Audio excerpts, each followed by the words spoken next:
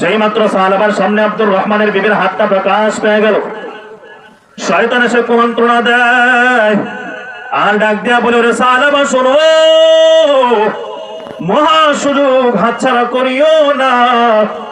এই যে দেখো কত সুন্দর, মদিনায় তো কোনো সাহাবী নাই, কোনো মানুষ নাই, তুমি তোমার কাজটা কাজে লাগায় ফেলো। আব্দুর রহমানের বিবির হাতটা সাহাবা এমনি করে ধরে ফেলছে। যেই মাত্র ধরে ফেললো, আব্দুর রহমানের বিবি বলল, আলম তাআলাম বিআন্নাল্লাহ ইয়ারা। ও আব্দুর রহমানের বিবি, ও সাহাবাতুল আনসারী, তুমি যে আমার হাতটা ধরলা, তুমি কি চিন্তা করেছো তোমার মালিক কিন্তু তোমারে দেখে? সুবহানাল্লাহ। তুমি মনে করতেছো মদিনার জমিনে নবী নাই, মদিনার জমিনে কোনো সাহাবীও নাই, কেউ তোমাকে দেখবে না। কিন্তু তুমি কি জানো, দুনিয়ার কেউ যদি তোমারে না দেখে, আমার আল্লাহ কিন্তু তোমারে দেখতেছে। যেই মাত্র বললো আমার আল্লাহ কিন্তু তোমারে দেখে, সাথে সাথে সাহাবাতুল আনসারী হাতটারে ছেড়ে দিল। হাতটারে ছেড়ে দিয়া এমন একটা দৌড় দিল, পাহাড়ের পদদেশে চলে গেল। পাহাড়ের চড়াই মিটা সাহাবাতুল আনসারী আল্লাহর দিকে মুতাওয়াজ্জিহ হয়ে কান্না করে আর বলে, দয়ার মালিক, বুঝতে পারি নাই, গুনাহ করে ফেলেছি, আল্লাহ তুমি ক্ষমা করে দাও। এমন ভাবে সাহাবাতুল আনসারী কান্না করে। কোরআন এবং হাদিস থেকে কথা বললে ওই কথায় বরকত দেন একজন রব। আওয়াজ দিয়ে বলেন, সেই রবের নাম। আরো মহব্বতে একবার আল্লাহর নামটা বলি, সেই রবের নাম আল্লাহ তাআলা বলেন, পৃথিবীতে প্রত্যেকটা মানুষ তার কর্মের পেছনে কিছু উদ্দেশ্য থাকে। আমরা চাষাবাদ করি, উদ্দেশ্য হলো বাকি 11 মাস যেন স্বাচ্ছন্দ্যে ভালো চলতে পারি, ছেলে মেয়ে বিবি বাচ্চা নিয়ে যেন ভালোভাবে সুখে শান্তিতে থাকতে পারি, ঠিক না বলেন? আপনি চাকরি করেন, হাড় ভাঙা পরিশ্রম করেন, অনেক কষ্ট করেন, কষ্ট করে করে করে করে আপনি রাতকে দিন করেন, দিনকে রাত করেন। উদ্দেশ্য হলো আমার ভবিষ্যৎটা যেন ভালো হয়, আমার সন্তানের ভবিষ্যৎটা যেন উদ্দেশ্য ভালো হয়, সুন্দর হয়। এভাবে পৃথিবীতে যত মানুষ আছে, মানুষের প্রত্যেকটা কর্মের পেছনে কিছু উদ্দেশ্য আছে না নাই? উদ্দেশ্য ছাড়া মানুষ কোনো কাজ করে না। তো আল্লাহ তাআলা বলেন, এই পৃথিবীতে আমি আল্লাহ মানব জাতিকে তৈরি করেছি, আমার একটা উদ্দেশ্য আছে। বলে উদ্দেশ্যটা কি? আল্লাযী খালাকাল মাউতা ওয়াল হায়াতা লিয়াবলুয়াকুম আইয়ুকুম আহসানু আমালা। আল্লাহ তাআলা বলেন, পৃথিবীতে আমি মানব জাতিকে তৈরি করার পেছনে উদ্দেশ্য হলো 2টা। বলুন কয়টা? মহব্বত আওয়াজ দিয়ে বলতে হবে, কয়টা? আরো জোরে একসাথে, উদ্দেশ্য কয়টা? 1 নম্বর উদ্দেশ্য, আল্লাহ তাআলা বলেন, দুনিয়াতে আমি মানুষকে তৈরি করেছি পরীক্ষার জন্য। কিসের জন্য? 2 নম্বর হলো পৃথিবীতে কে ভালো আমল করে, উত্তম আমল করে সেটা দেখার জন্য। 1 নম্বর হলো পরীক্ষা, 2 নম্বর হলো পৃথিবী থেকে ভালো আমল করে সেটা দেখার জন্য। তো পরীক্ষা আল্লাহ তাআলা আপনাকে আমাকে কিভাবে করবেন? পবিত্র কোরআনের এক আয়াতে আল্লাহ বলেন, ওয়ালানাবলুওয়ান্নাকুম বিশাইইম মিনাল খাউফি ওয়াল জু'i ওয়া নাকসিম মিনাল আমওয়ালি ওয়াল আনফুসি ওয়াস সামারাত ওয়া বাশশিরিস সাবিরিন। আল্লাহ তাআলা বলেন, দুনিয়ার ইমানদার,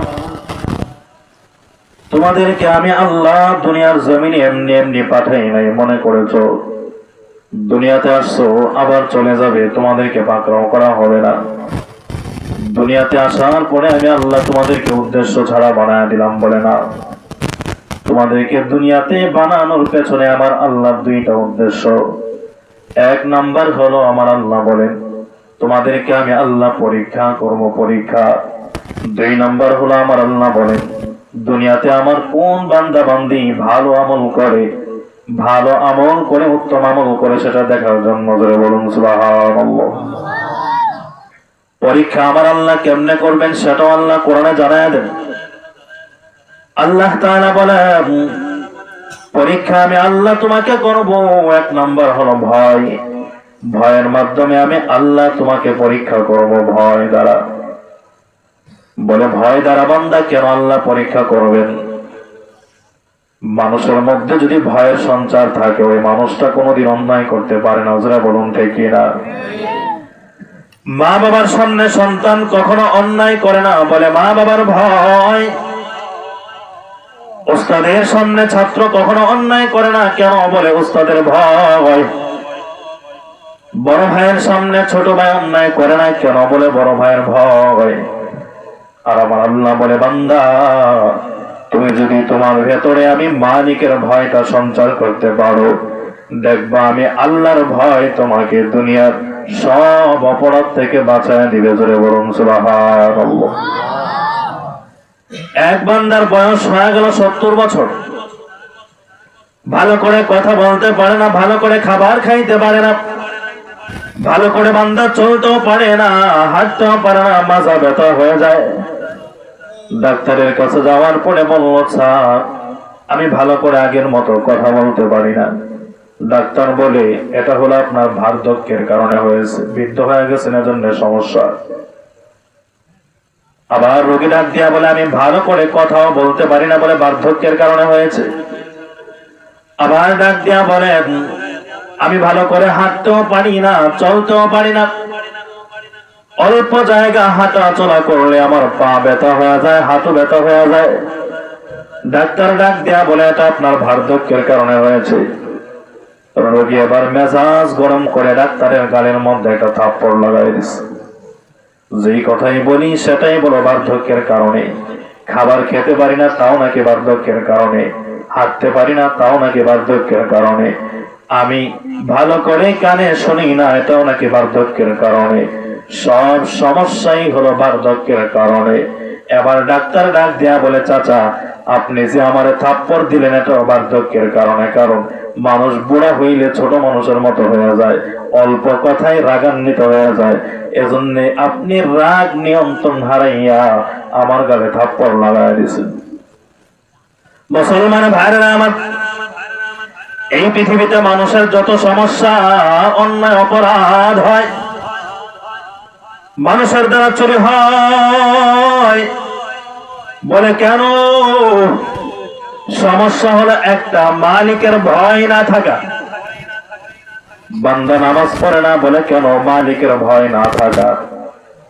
বান্দা মিথ্যা বলে কেন? বলে মালিকের ভয় না থাকা। বান্দা চুরি করে, ডাকাতি করে, অন্যায় অপরাধ করে, দুর্নীতি করে, সব সমস্যা একটা, সেটা হলো আমার মালিকের ভয় না থাকা। জোরে বলুন ঠিক না? আল্লাহর ভয় যদি বান্দা তোমার অন্তরে থাকে, জানো মালিকের ভয় একটা মানুষকে দুনিয়ার সমস্ত গুনাহ থেকে বাঁচায় দেয়। সুবহানাল্লাহ বলেন। আল্লাহর নবী মক্কা থেকে মদিনায় যাওয়ার পর মদিনার একজন সাহাবী আর মক্কার একজন সাহাবীকে বন্ধু বানায়া দিলেন। আল্লাহর নবী যখন মক্কা থেকে মদিনার জমিনে চলে আসলেন, মদিনার জমিনে আসার পর মক্কার একজন সাহাবী এবং মদিনার একজন সাহাবী, দুইজন সাহাবীকে আল্লাহর নবী বন্ধু বানায়া দিলেন, ভাই বানায়া দিলেন। মক্কার সাহাবীর নাম হলো সালাবাতুল আনসারী, মদিনার সাহাবীর নাম হলো আব্দুর রহমান ইবনে আউফ। দুইজনকে নবী আমার বন্ধু বানায়া দিলেন, ভাই বানায়া দিলেন। আল্লাহর নবী যুদ্ধের ময়দানে চলে যাবেন, সালাবাতুল আনসারীকে নবী আমার বলেন, ও সালাবা, আমি নবী যুদ্ধের ময়দানে চলে যাব, তুমি মদিনার জমিনে মদিনার ছোট ছোট বাচ্চা এবং মহিলা মানুষগুলোকে পাহারাদারি করবা, তাদের কোনো প্রয়োজন থাকলে সেটা মেটায়া দিবা। জোরে বলুন সুবহানাল্লাহ। আল্লাহর নবী যুদ্ধের ময়দানে রওনা শুরু করে দেন। যুদ্ধের ময়দানে যাওয়ার পর রাহমাতুল লিল আলামিন সব সাহাবীদেরকে নিয়ে যুদ্ধে চলে যান। মদিনায় কোনো সাহাবী নাই, কোনো বড় মানুষ নেই, আছেন শুধু সালাবাতুল আনসারী রাদিয়াল্লাহু তাআলা আনহু।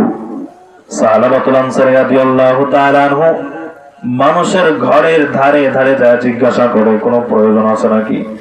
নবীজি বলেছেন, তোমাদের প্রয়োজনটা যেন আমি মিটায়া দেই। সবাই তাদের প্রয়োজন আইসা বলে। হঠাৎ করে যেতে যেতে চলে গেল, তার বন্ধু আব্দুর রহমান ইবনে আউফের বাড়িতে চলে গেল। আব্দুর রহমান ইবনে আউফের বাড়িতে যাওয়ার পর ঘরের বাহির থেকে সালামের শব্দ। ডাক দিয়া বলে, আব্দুর রহমানের বিবি, বলো বলো তোমার কোনো প্রয়োজন আছে নাকি বলো। আব্দুর রহমানের বিবি ডাক দিয়া বলে, ও ভাই, আমার কিছু বাজার সদাইয়ের প্রয়োজন আছে, মিটাইয়া দাও। বলে, ব্যাগটা আগায়া দাও। পর্দার আড়াল থেকে আব্দুর রহমানের বিবি হাত বাড়ায় যখন ব্যাগটা দিতে গেল, সাথে সাথে আব্দুর রহমানের বিবির হাতটা সালাবার সামনে প্রকাশ হয়ে গেল। যেই মাত্র সালাবার সামনে আব্দুর রহমানের বিবির হাতটা প্রকাশ পেয়ে গেল, শয়তান এসে কুমন্ত্রণা দেয় আর ডাক দেয়া বলে, ওরে সালাবা শোনো, মহা সুযোগ হাতছাড়া করিও না। এই যে দেখো কত সুন্দর, মদিনায় তো কোনো সাহাবী নাই, কোনো মানুষ নাই, তুমি তোমার কাজটা কাজে লাগায় ফেলো। আব্দুর রহমান বিবির হাতটা সালাবা এমনি করে ধরে ফেলছে। যেই মাত্র ধরে ফেললো, আব্দুর রহমানের বিবি বলল, আলম তাআলাম বিআন্নাল্লাহ ইয়ারা। ও আব্দুর রহমানের বিবি, ও সালাবাতুল আনসারী, তুমি যে আমার হাতটা ধরলা, তুমি কি চিন্তা করেছো তোমার মালিক কিন্তু তোমারে দেখে? সুবহানাল্লাহ। তুমি মনে করতেছো মদিনার জমিনে নবী নাই, মদিনার জমিনে কোনো সাহাবীও নাই, কেউ তোমাকে দেখবে না। কিন্তু তুমি কি জানো, দুনিয়ার কেউ যদি তোমারে না দেখে, আমার আল্লাহ কিন্তু তোমারে দেখতেছে। যেই মাত্র বললো আমার আল্লাহ কিন্তু তোমারে দেখে, সাথে সাথে সালাবাতুল আনসারী হাতটারে ছেড়ে দিল। হাতটারে ছেড়ে দিয়া এমন একটা দৌড় দিল, পাহাড়ের পদদেশে চলে গেল। পাহাড়ের চড়াই মিটা সালাবাতুল আনসারী আল্লাহর দিকে মুতাওয়াজ্জহ হয়ে কান্না করে আর বলে, দয়ার মালিক, বুঝতে পারি নাই, গুনাহ করে ফেলেছি, আল্লাহ তুমি ক্ষমা করে দাও। এমন ভাবে সালাবাতুল আনসারী কান্না করে করে আল্লাহর বান্দা বুক বেজায় দেয়। কান্না করে করে যখন বুক বেজায়, হঠাৎ করে কয়েকদিন যেতে না যেতে নবী আমার যুদ্ধ শেষ করে মদিনা জমিনে চলে আসছেন। সুবহানাল্লাহ। যেই মাত্র মদিনার জমিনে নবী আমার চলে আসলেন, সাহাবায়ে কেরাম হাজির হয়ে গেলেন। আব্দুর রহমান যখন বাড়িতে চলে গেল, বাড়িতে যাওয়ার পর ডাক দেয়া বলে, আব্দুর রহমান, তোমার বন্ধু এমন একটা কাজ করলো, তুমি যুদ্ধে যাওয়ার পর তোমার বন্ধু আমার হাতটা ধরে ফেললো। বলে, বন্ধু কোথায়? আমি মালিকের ভয় দেখালাম, সাথে সাথে দৌড়ায় পাহাড়ের উপরে চলে গেল।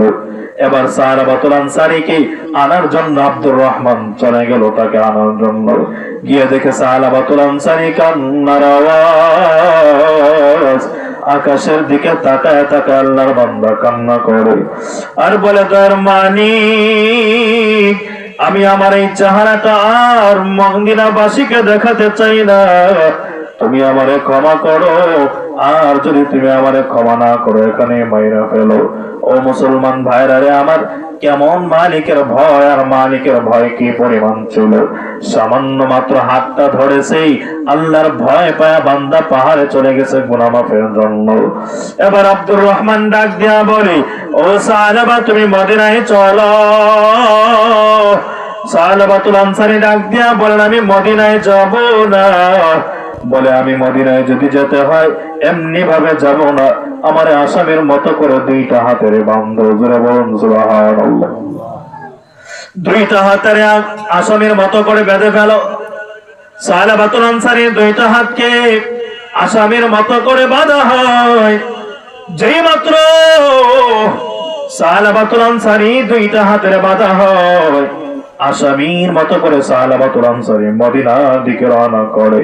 হযরত আবু বকরের দরওয়াজায় যে দাঁড়ায়, আবু বকরকে বলে, আবু বকর, এমন অন্যায় আমি করে ফেলছি, কি করা যায়?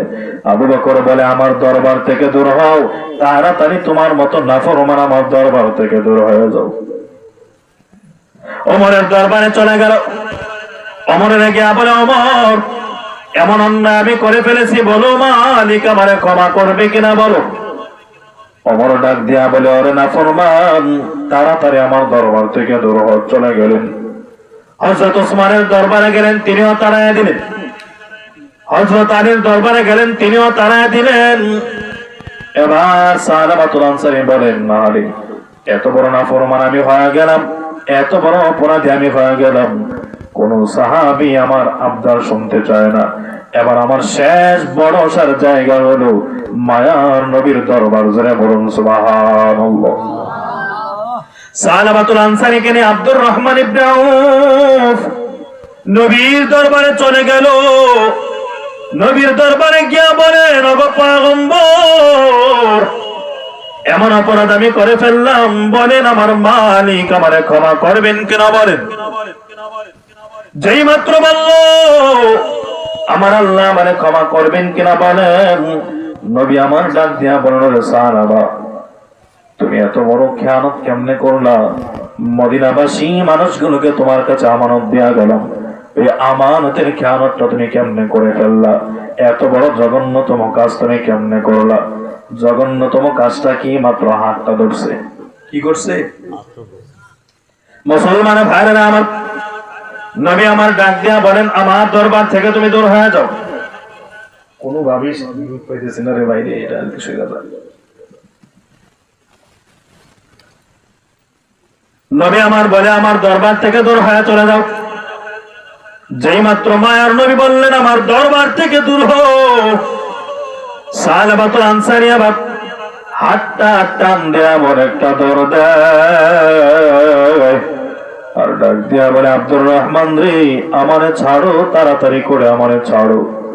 যেই মদিনায় মায়ের নবী আমারে ক্ষমা করে না, ওই মদিনায় আমি সালাবা আমার চেহারাটা আর দেখাতে চাই না, দেখাতে চাই না।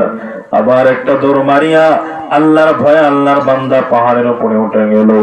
পাহাড়ের উপরে উঠে আল্লাহর কাছে দোয়া করে আর বলে, ও দয়ার মালিক, নবীও ক্ষমা করে নাই, সাহাবীরাও আমারে ক্ষমা করে নাই। ও মালিক, আমার মনে হয় আমার চেয়ে বড় নাফরমান এই জমিনের মধ্যে আর কেউ নাই। আল্লাহ তুমি আমারে ক্ষমা করো, আর না হয় এই জায়গায় তুমি আমারে মেরে ফেলো। যেই মাত্র মালিকের ভয়ে কান্না শুরু করে দিল, আমার আল্লাহ জিব্রাইলের নবীর কাছে পাঠায় দিলেন। জোরে বলুন সুবহানাল্লাহ। জিব্রাইল আমিন নবীর কাছে আয়েশা বলল, গো পয়গম্বর, এই সাহাবার চোখের পানি আর তওবা আমার আল্লাহ এমন ভাবে কবুল করেছেন, আমার আল্লাহ বলেছেন এই মুহূর্তে সাহাবার তওবাকে যদি মদিনার 70 জন জাহান্নামের আসামিকে ভাগ করে দেওয়া হয়, এক সাহাবার তওবা আর চোখের পানির কারণে 70 জন জাহান্নামের আসামি জান্নাতি হয়ে যাবে। এই সংবাদটা যখন মায়ার নবীর কাছে জিব্রাইল আমিন আয়েশা দিয়া দেয়, এবার নবী আমার বলেন, কে কোথায় আছো? তাড়াতাড়ি করে চলো, আমার সাহাবারে নিয়ে আসো। হযরত আবু বকর ডাক দেয়া বলেন, ওগো পয়গম্বর, সাহাবারে আমার জন্য আমি আবু বকর যাব। ওমর ডাক দেয়া বলে, আমিও যাব। হযরত উসমান আলী ডাক দেয়া বলে, আমিও যাব। নবীর একজন মুরব্বী সাহাবী হযরত সালমান ফারসি ডাক দেয়া বলেন, নবী আমিও যাব। সাহাবায়ে কেরামের একটা জামাত চলে গেলেন সাহাবাতুল আনসারীকে পাহাড় থেকে আনার জন্য। যেই মাত্র পাহাড় থেকে আনার জন্য চলে গেলেন, গিয়া সাহাবাতুল আনসারীকে খুঁজে পায় না, খুঁজে পায় না। মাঠের মধ্যে রাখালি করে, রাখাল সন্তানদেরকে জিজ্ঞাসা করে, সাহাবা নামের কোন যুবক সন্তানকে কি তোমরা দেখেছো নাকি? বলে, না দেখি নেই। তবে বিগত কয়েকদিন যাবত আমাদের এই পাহাড়ের মধ্যে একটা যুবক করুণ কণ্ঠে মালিকের কাছে কান্না করে। তার কান্নার আওয়াজ শুনিয়া আমাদের গবাদি পশুগুলো ঘাস না খেয়ে দাঁড়ায় দাঁড়ায় তারাও কান্না করে। সুবহানাল্লাহ। রাত্র যখন গভীর হয়ে যায়, আল্লাহর বান্দা যুবক কান্না করে, এমন ভাবে কান্নার আওয়াজ, আর মালিকের বলে, দয়ার মালিক, ও আল্লাহ, আমার মতো নাফরমান দুনিয়ার জমিনে কেউ নাই। তুমি যদি আমারে ক্ষমা না করো, তাহলে তুমি এই জায়গায় আমার মরণ দাও, তবে আমি আমার চেহারা মদিনাবাসীরে দেখাতে চাই না। এমন ভাবে কান্না করে, তার কান্নার কারণে আমরা ঘুমাইতে পারি না। বলে যুবকটা কোথায়? বলে পাহাড়ের অমুক কিনারায় বসে বসে বান্দা কান্না করে, নিয়ে চলো। গিয়া দেখে আব্দুর রহমানের এবং সাহাবায়ে কেরাম তাকায়া দেখে সাহাবা কান্না করে। আস্তে করে সাহাবারে ডাক দিয়া বলে, ওরে সাহাবা, তাড়াতাড়ি মদিনায় চলো, তোমার ব্যাপারে আমার আল্লাহ তওবা কবুলের সুসংবাদ দিয়েছেন। জোরে বলুন সুবহানাল্লাহ। সাহাবাতুল আনসারী আবার মদিনার দিকে রওনা শুরু করে দেয়। মদিনায় যাওয়ার পর নবী আমার সাহাবারে জড়ায়া ধরে আর বলে, ওরে সাহাবা, তোমার তওবার চোখের পানি আর মালিকের ভয় আমার আল্লাহ এমন ভাবে কবুল করেছেন, স্বয়ং জিবরাইল আমিনকে পাঠাইয়া তোমার তওবা কবুলের সুসংবাদ আমার আল্লাহ দিয়েছেন। সুবহানাল্লাহ। এইভাবে সাহাবাতুল আনসারী রাদিয়াল্লাহু তাআলা আনহু দুনিয়া থেকে বিদায় হয়ে চলে গেলেন। নবী আমার সাহাবায়ে কেরামের ডাক দিয়া বলল, সাহাবায়ে কেরাম, তাড়াতাড়ি আমার সাহাবার গোসলের ব্যবস্থা করো। এই সাহাবার জানাজা আমি নবী দেব। সাহাবার লাশটা কাঁধে করে করে আমি কবরের কাছে নিয়ে রওনা করব। ওই সাহাবার লাশটা আমি নবী নিজে কবরে রাখবো। এবার জানাজা হয়ে গেল, রাহমাতুল লিল আলামিন লাশটা কাঁধে নিয়ে কবরের দিকে রওনা করে। আর নবী আমার পায়ের আঙ্গুলের উপরে ভর দিয়া দিয়া হাঁটেন, পুরা পা জমিনের মধ্যে ফেলান না। সাহাবায়ে কেরাম বলেন, ইয়া রাসূলুল্লাহ, আঙ্গুলের উপরে ভর দিয়া দিয়া আপনি হাঁটেন গো নবী, আপনার তো বড় কষ্ট হবে। আপনি কেন পুরা পাটা জমিনের উপরে ফেলায় ফেলায় কেন হাঁটেন না?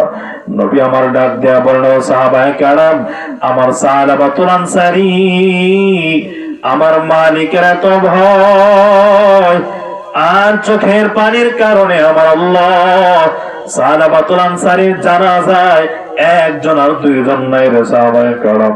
এই মুহূর্তে লক্ষ কোটি কোটি ফেরেশতা আমার আল্লাহ জমিনে সাহাবার জানাজায় পাঠায়া দিয়েছেন। জোরে বলুন সুবহানাল্লাহ। আর জোরে মুসলমানের আওয়াজে বলুন সুবহানাল্লাহ। সবাই যায় নবীজির বাড়ি, আমার যাওয়া হইল না। দয়াল নবীর রোজা শরীফ আমার দেখা হইল না। সবাই যায় নবীজির বাড়ি, আমার যাওয়া হইল না। মদিনা যাইতে মন চায়নি সবার? আর ধরে চাই তো ইনশাআল্লাহ। আমার সাথে কণ্ঠ ধরে সবাই বলেন, সবাই যায় নবীজির বাড়ি, আমার যাওয়া হইল না। সবাই যায় নবীজির বাড়ি, আমার যাওয়া। দয়াল নবীর রোজা শরীফ আমার দেখা হইল না। দয়াল নবীর রোজা শরীফ আমার হইল না। সবাই যায় নবীজির বাড়ি, আমার যাওয়া।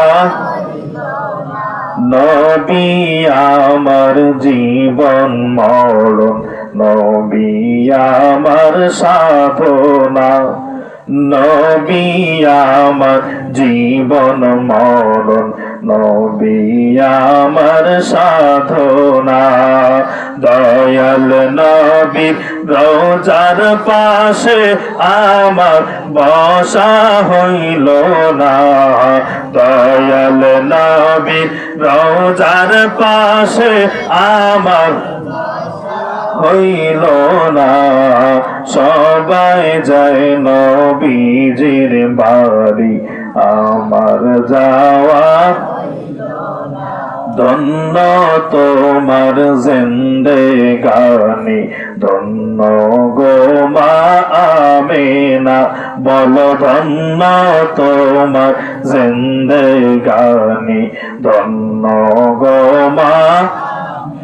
তোমার কোলে তশরীফ আনলেন নবী শাহে মদিনা তোমার কোলে তশরীফ আনলেন নবী শাহে মদিনা সবাই যায় নবীজির বাড়ি আমার যাওয়া হইল না দয়াল নবীর রওজা শরীফ আমার দেখা হইল না দয়াল নবীর আমার দেখা হইল না সবাই যায় নবীজির বাড়ি আমার যাওয়া মুসলমান ভাইরা আমার এজন্য আল্লাহ তাআলা বলে বান্দা দুই কারণে তোমাকে বানালাম এক নম্বর কারণ হলো আমি আল্লাহ পরীক্ষা করব পরীক্ষা দুই নম্বর কারণ হলো আমি আল্লাহ তোমাদের মধ্যে কে নেক আমল করে ভালো আমল করে সেটা দেখার জন্য আমি আল্লাহ তোমাদেরকে বানালাম পরীক্ষার দুই নাম্বার সাবজেক্ট আমার আল্লাহ বলেন ওয়াল খাউফি ওয়াল জু ক্ষুধা দিয়ে আল্লাহ পরীক্ষা করবেন ক্ষুধা বলে ক্ষুধার জ্বালা এটা অত্যন্ত কঠিন একটা জ্বালা দুই দিন না খায় থেকে দেখবেন কি অবস্থা হয় ঠিক না বলে বাংলাদেশ সহ গোটা পৃথিবীতে এমন অনেক মানুষ আছে দিনের পর দিন রাতের পর রাত না খায় থাকে আছে না নাই ঢাকা শহরে যাবেন দেখবেন বিভিন্ন ফ্লাইওভারের নিচে ল্যাব কম্বল ছাড়া কোনো বিছানা ছাড়া কোনো কাপড় ছাড়া একদম খালি পেটে পড়ে আছে খালি গায়ে পড়ে আছে এরকম মানুষ মাঝে মধ্যে আমাদের চোখে পড়ে কি পড়ে না যারা বলেন পড়ে কি পড়ে না তো ক্ষুধার জ্বালা এটা এমন একটা জ্বালা আল্লাহ তাআলা বলেন খোদা শুধু তোমাদেরকে নয় স্বয়ং নবী পরিবারকেই আল্লাহ খোদার মাধ্যমে পরীক্ষা করছেন সুবহানাল্লাহ বলেন আচ্ছা নবী যদি চাইতেন জান্নাতি খাবার আমার নবীর বাড়িতে আসতে দেরি হতো যারা বলেন দেরি হতো কিন্তু আল্লাহ তাআলা নবীকে পর্যন্ত ক্ষুধার্ত রেখেছেন একদিন দুই দিন নয় একাধারে 7 দিন পর্যন্ত মুসলমান ভাইরা আমার আল্লাহর নবীর পরিবারকে আমার আল্লাহ বিভিন্ন সময়ে খোদার মাধ্যমে আমার আল্লাহ পরীক্ষা করেছেন বলে কেমন খোদা আল্লাহর নবী রাহমাতুল লিল আলামিনের সারা জীবনের একটা অভ্যাস ছিল নবী যখন কোথাও সফরে যেতেন রাহমাতুল লিল আলামিন যখন কোথাও সফরে বের হতেন নবীর অভ্যাস হলো হাসান হুসাইনকে না দেখিয়া নবী আমার কোথাও সফরে যেতেন না আবার সফর থেকে যখন নবী বাড়িতে আসতেন বাড়িতে যাওয়ার সময় রাস্তার মধ্যে হাসান হুসাইনের না দেখে নবী বাড়িতে যেতেন না সুবহানাল্লাহ বলুন রাহমাতুল লিল আলামিন কোথাও সফরে চলে গেলেন যুদ্ধের ময়দানে নবী আমার চলে যান দীর্ঘ কয়েকদিন পর মায়ের নবী যখন বাড়িতে আসলেন যাবার সময় হাসান হুসাইনকে দেখার জন্য নবী আমার চলে গেলেন বাহির থেকে সালাম করলেন ঘর থেকে কোনো দরজা খোলা না এবং সালামের কোনো জবাব আসে না নবী আবার দ্বিতীয়বার সালাম করলেন কিন্তু দরজা বন্ধ তৃতীয়বার আবার সালাম করলেন দরজা বন্ধ দরজা খোলা হয় না চতুর্থবারের সময় রাহমাতুল লিল আলামিন ডাক দিয়া বলেন ওরে আমার কলিজার টুকরা মেয়ে ফাতেমা আমি বাবা কি অন্যায় তোমার সাথে করলাম তুমি কেন দরজা খোলো না রে মা অন্যদিন তোমার দরওয়াজায় দাঁড়াইয়া একবার সালাম দিলে তুমি দরজা খুলো আজকে আমি তিনবার তোমারে সালাম দিলাম তারপরেও তুমি কেন দরজা খুলো না রে মা আমি জানতে চাই হযরত ফাতেমা কান্না করে করে বলে বাবা গো দরজা খুলে যাবে আপনার সামনে দাঁড়াবো ওই রকম পর্যাপ্ত পরিমাণে কাপড় চোপড় আমি ফাতেমার গায়ে নাই জোরে বলুন সুবহানাল্লাহ এত দরিদ্র ও বাবা দরজা খুলে আমি আপনার সামনে দাঁড়াবো এইরকম কাপড় চোপড় আমার পরনে নাই এই কথাটা শুনিয়া মায়ার নবীও কান্না করে নবী আমার তার কাঁধ থেকে চাদর মোবারকটা দরজার ফাঁক দিয়া ফাতেমার হাতে ধরায়া দেন আর বলেন ফাতেমা রে এই চাদরটা গায়ে জড়ায় তুমি দরজা খুলে দাও হযরত ফাতেমা নবীর দেওয়া চাদরটা জড়ায় জড়ায় দরজাটা খুলে সামনে দাঁড়ায় গেল। নবী আমার ঘরের মধ্যে ঢুকেন আর বলেন, আমার হাসান হুসাইন কোথায়, তাদেরকে ডাকো। নবীর কণ্ঠ শোনার পর হাসান হুসাইন ঘুম থেকে জাগ্রত হয়ে গেল। আর নানার দুই পাশ থেকে দুই ভাই জড়ায় বলে, বাবা গো, তোমার অপেক্ষায় আমরা ছিলাম, আজকে তোমার কাছে একটা নালিশ করব। বলে, কি নালিশ করবা? বিচারটা সঠিক ভাবে করতে হবে। বলে, তোমার কন্যা আমাদের মা ফাতেমা আজকে 3 দিন হয়ে গেল, ও নানা আমাদেরকে কোনো খাবার দেয় না। সুবহানাল্লাহ বলে, খোদার যন্ত্রণা আমি সহ্য করতে পারি না, খোদার যন্ত্রণার কারণে ছটফট করে আমরা ঘুমায় গেলাম, কিন্তু মায়ের পা ধরে ধরে কাঁদলাম, মা কোনো খাবার আমাদেরকে দেয় না। ও নানা গো, এবার মায়ের ব্যাপারে নালিশ দিলাম। দুনিয়াতে তো অনেক মানুষের বিচার আপনি করলেন, এবার নিজের মেয়ের বিচারটা আপনি নিজে করেন। নবী আমার কথাটা শুনে দুইটা চোখের পানি ফেলায় ফেলায় কান্না করেন। হাসান হুসাইন ডাক দিয়া বলে, নানা গো, বুঝেছি, এবার বুঝি মেয়ের প্রতি বড় দরদ হয়ে গেল, বিচার করতে পারো না। নবী আমার কান্না করে করে পেট মোবারক থেকে চাদরটা সরায় দেখায় আর বলে, হাসান হুসাইন তাকা দেখ, 3 দিন না খাওয়ার কারণে নানার কাছে বিচার দিলা, নালিশ করলা। আমি নানা আজকে 1 দিন আর 2 দিন নয়, একাধারে 7 দিন পর্যন্ত আমি মুহাম্মাদের পেটে কোনো খাবার নাই। জোরে বলুন সুবহানাল্লাহ। ও নাতি আবার বলো, আমি নানা 7 দিন না খেয়ে, তুমি 3 দিন না খেয়ে থাকার বিচারটা আমি কেমনে করবো বলো? নবী আমার কান্না করেন, হাসান হুসাইনও কান্না করেন। ও এলাকার মুসলমান, এজন্য বলি, আমার আল্লাহ বলে, বান্দারে তোদেরকে আমি খোদার মাধ্যমে পরীক্ষা করব, ওই খোদার মধ্যে পড়িয়া বান্দা হারাম রাস্তায় কখনো পা বাড়াবি না, চুরি করবি না, ডাকাতি করবি না, অন্যায় পথে যাবি না। মায়ার নবীর পরিবার এবং নবীকে আমার আল্লাহ খোদা তো রাইখা রাইখা উম্মতদের শিক্ষা দিয়েছেন। জয় বলুন সুবহানাল্লাহ। খন্দকের যুদ্ধ শুরু হয়ে গেল। খন্দকের যুদ্ধ শুরু হওয়ার পর 1500 সাহাবায়ে কেরামদেরকে নিয়ে নবী আমার খাল খনন করে। যখন নবী আমার খাল খননের কাজ শুরু করে দেন, সাহাবায়ে কেরাম তাকায় দেখেন নবীও কাজ করেন, নবীও তাদের সাথে সহযোগিতা করেন। নবী যখন বিশাল বড় পাথরের মধ্যে আঘাত করেন, নবীর পেট থেকে কাপড়টা সরে যায়। নবীর সাহাবী হযরতে জাবের তাকায় দেখে নবীর পেটটা কেমন যেন ক্ষুধার কারণে ছোট হয়ে গেছে। জাবের তাড়াতাড়ি বাড়িতে রওনা করে। বাড়িতে গিয়া বিবিরা ডাক দিয়া বলেন, বিবি গো, ও প্রাণের বিবি বলো, বাড়িতে কি কোনো খাবার আছে? বিবি বলো। জাবেরের বিবি ডাক দেয়া বলে, স্বামী গো, সামান্য কিছু আটা আছে আর একটা ছাগলের বাচ্চা আছে, কয়েকজন মানুষ খেতে পারবে সামান্য কিছু খাবার।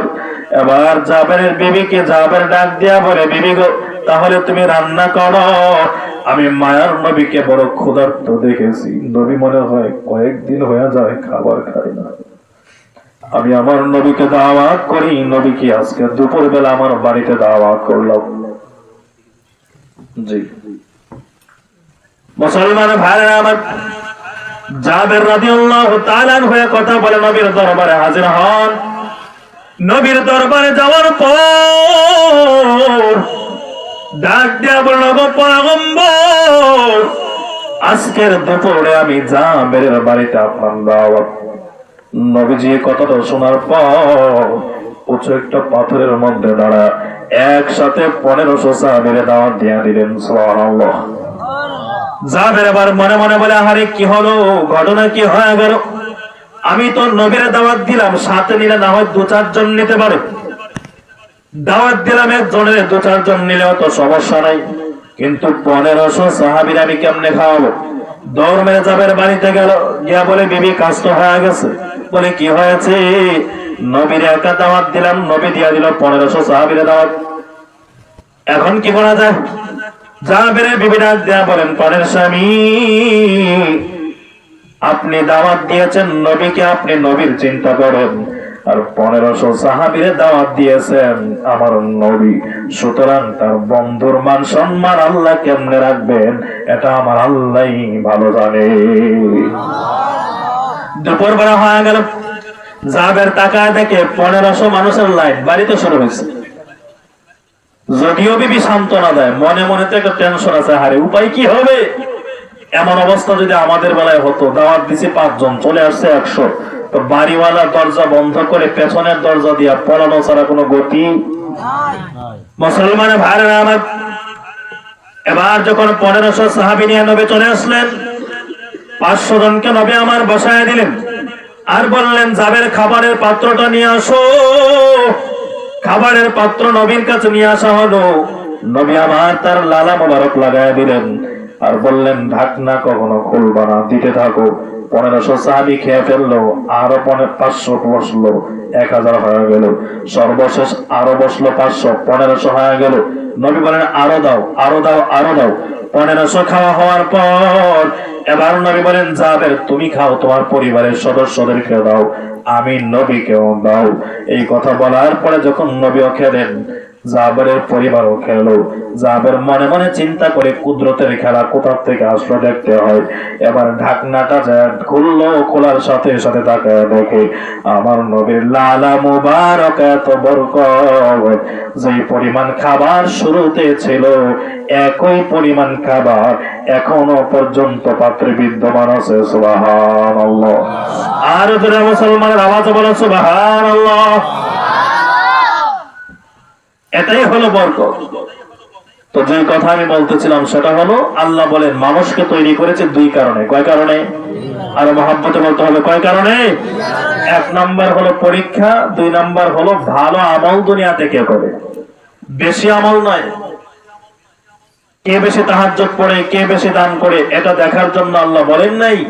কারণ এমন তাহাজ্জুদ গুজারও দুনিয়াতে আছে, তাহাজ্জুদ পড়ে আবার দিনের বেলায় হাওড়ে যে অন্যের ক্ষেতের আইল কাটে, এরকম মুসল্লি আছে না নাই? আরো যারা আছে না নাই? এরকম নামাজিও আছে, সামনের কাতারে নামাজ পড়ে তাকবীরে বলা কোনোদিন ছোটে না। আবার আসরের পরে দেখবেন তসবিহ হাতে নিয়ে আসরের নামাজ পড়ছে মসজিদে, তসবিহ হাতে নিয়ে আস্তে আস্তে করে হাঁটতে হাঁটতে চায়ের দোকানে চলে যায়। তো আমাদের দেশে আসরের পরে চায়ের দোকানে তো আর মক্কা শরীফের ইমাম সাহেবের তেলাওয়াত চলে না, গান বাজনা চলে, ঠিক কিনা বলেন? তো এই যে নামাজি দাড়ি নিয়া, পাঞ্জাবি নিয়া, টুপি নিয়ে আল্লাহর বান্দা আসরের নামাজ পড়ে চায়ের দোকানে বসলো, আবার মাগরিবের নামাজ এসে জামাতে মসজিদেই পড়বে। তো এইরকম নামাজের সংখ্যাও দুনিয়াতে আছে না নাই? এজন্য আল্লাহ বলেন বেশি আমল করো, এটা আল্লাহ বলেন নাই, ভালো আমল করো, উত্তম আমল কে করো সেটা দেখার জন্য। আর পরীক্ষা আল্লাহ কি করবেন? পরীক্ষার কয়েকটা বিষয়বস্তু আল্লাহ বলেন। 1 নম্বরে আমি আল্লাহ তোমাদেরকে ভয়ের মাধ্যমে পরীক্ষা করব, 2 নম্বরে আমি আল্লাহ তোমাদেরকে ক্ষুধার মাধ্যমে পরীক্ষা করব, 3 নম্বরে আল্লাহ বলেন আমি আল্লাহ তোমাদের জানমালের ক্ষতির মাধ্যমে পরীক্ষা করব। এমন অসুস্থতা হবে, অসুস্থতার কারণে দীর্ঘদিন পর্যন্ত বিছানায় শুয়ে থাকতে হবে, আপনার জানমালের ক্ষতি হবে, সম্পদের ক্ষতি হবে। এই জানমালের ক্ষতি আর সম্পদের ক্ষতির মাধ্যমে মাঝে মধ্যে আমাদের সামনে পরীক্ষা আসতে হবে। তো পরীক্ষা আসলে আমরা সাকসেস হব কিভাবে? আল্লাহ বলেন ধৈর্যের মাধ্যমে। কিসের মাধ্যমে? আইয়ুব নবীর পুরো শরীর নষ্ট হয়ে গেছে, ধৈর্য ধারণ করে পরীক্ষায় সফল হলেন, তার সন্তান নষ্ট হয়ে গেল, সম্পদ নষ্ট হয়ে গেল, ধৈর্যের মাধ্যমে আল্লাহ তাআলা সাকসেস হয়েছেন, সফলকাম হয়েছেন। এজন্য ধৈর্য ধারণের মাধ্যমে আল্লাহ দেওয়া পরীক্ষা আমরা সফলকাম হতে চাই। রাজি আছেন ইনশাআল্লাহ? কারা কারা রাজি আছে? 2টা হাত আমার আল্লাহ দেখা দেয়। লিল্লাহি তাকবীর। আর যারা হয় নাই লিল্লাহি তাকবীর, আর মুহাব্বতে লিল্লাহি তাকবীর। প্রধান অতিথির আগমন, আরো যারা প্রধান অতিথির আগমন, প্রধান অতিথির আগমন। আলহামদুলিল্লাহ, অত্যন্ত চমৎকার আলোচনা করেন আমার প্রিয় ভাই। আমি শুরুতেই বলছি যে আমার আজকে আলোচনা করার মতো কোনো মোড়ও নাই, অসুস্থ মানুষ। তো আপনারা আমার এলাকার মানুষ, আমি বরাবরই আপনাদের কাছ থেকে দোয়া নেওয়ার জন্য এলাকার প্রোগ্রামগুলো হলে আমি কখনো মিস করি না, শত কষ্ট হলেও আসার হাজিরা দেওয়ার চেষ্টা করি।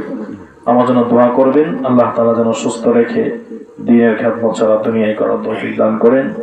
আমিন ওয়া আখিরু দাওয়ানা আলহামদুলিল্লাহি রাব্বিল আলামিন।